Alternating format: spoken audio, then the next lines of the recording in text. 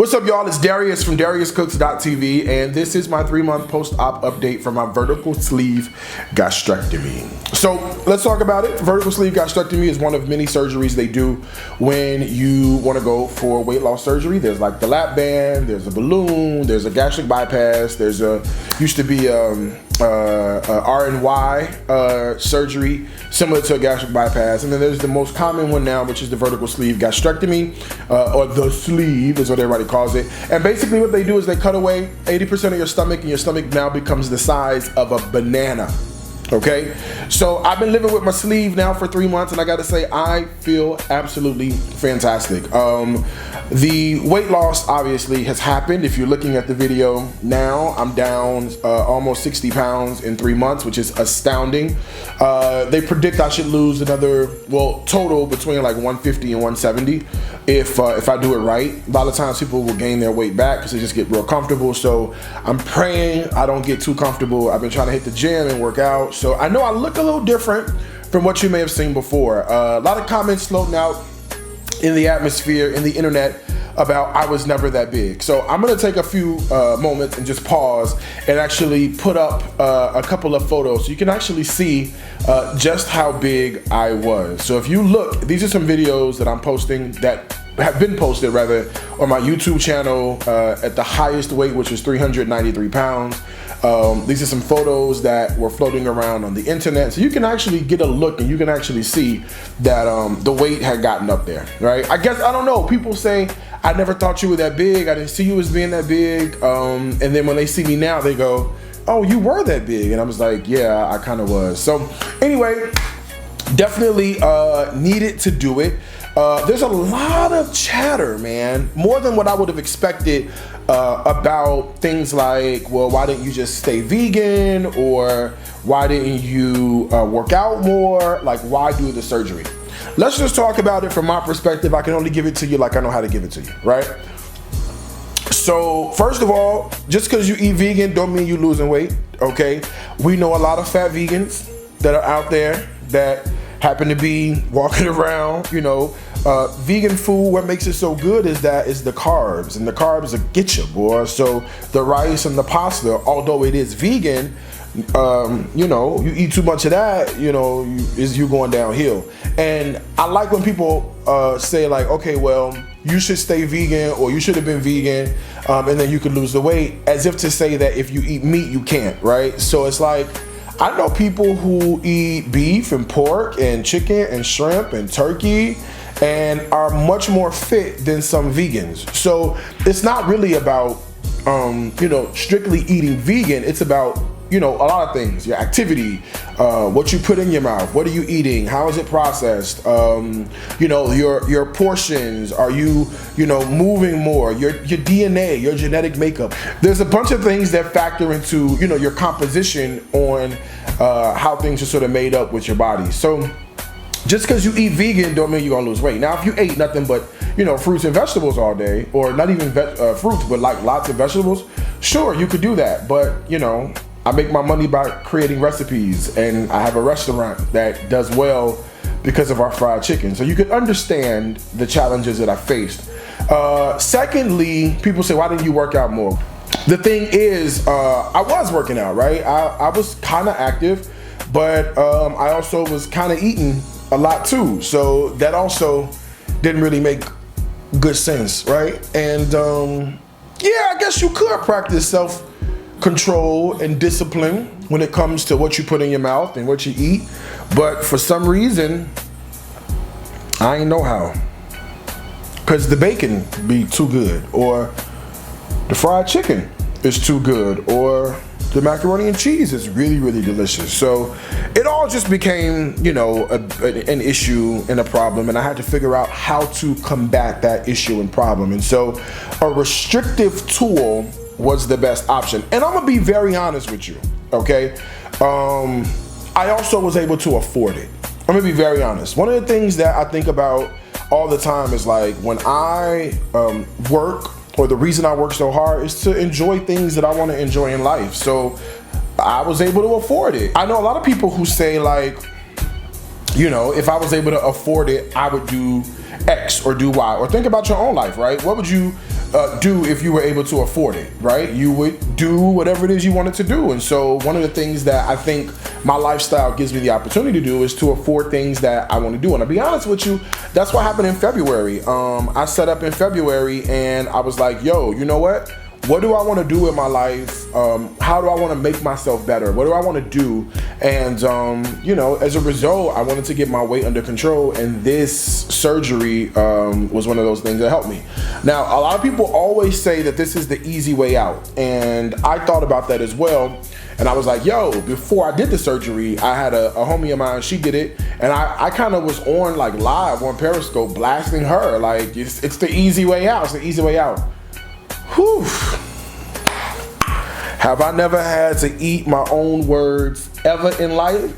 This is the moment where I have to do that. And I actually called and apologized to her and told her I was very sorry for those words. And she was like, yeah, bro, no big deal. I know you love me, you know.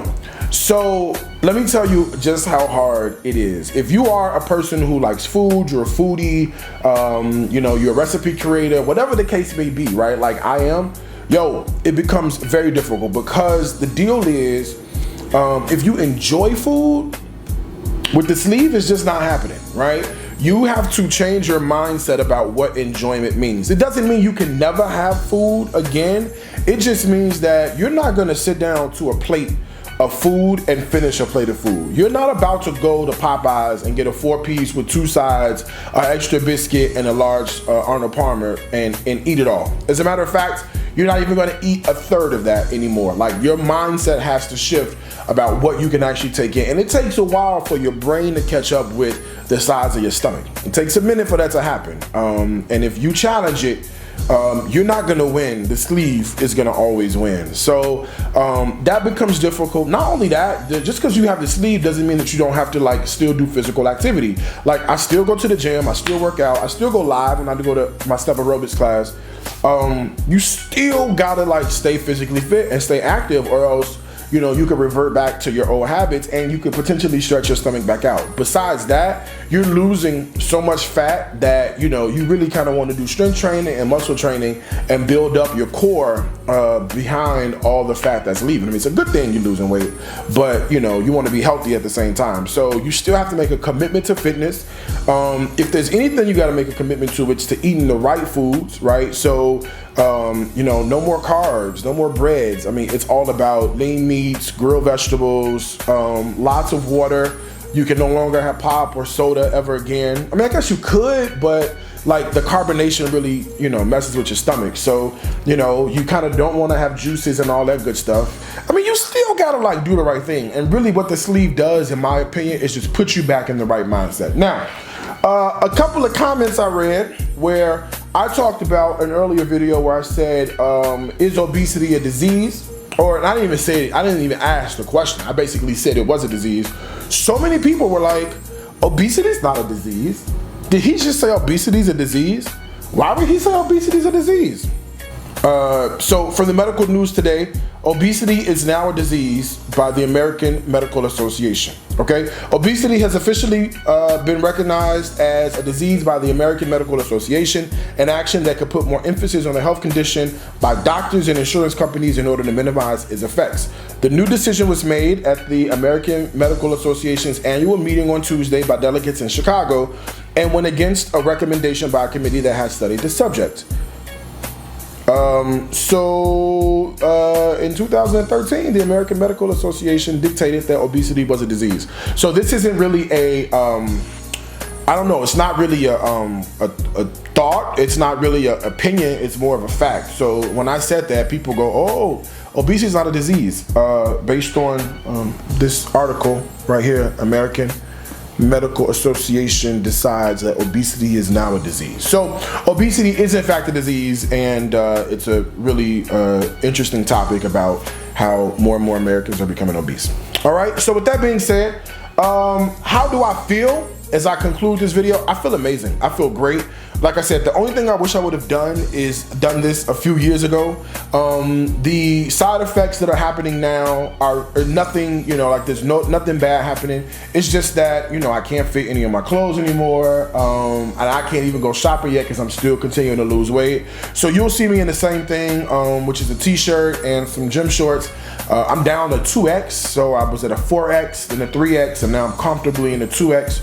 Moving my way to an extra large pretty soon. I feel good. I still eat, but you know, I'm eating better choices now. So like lean cuisine and smart and healthy choice and smart choice, like frozen meals save the day when I'm really busy.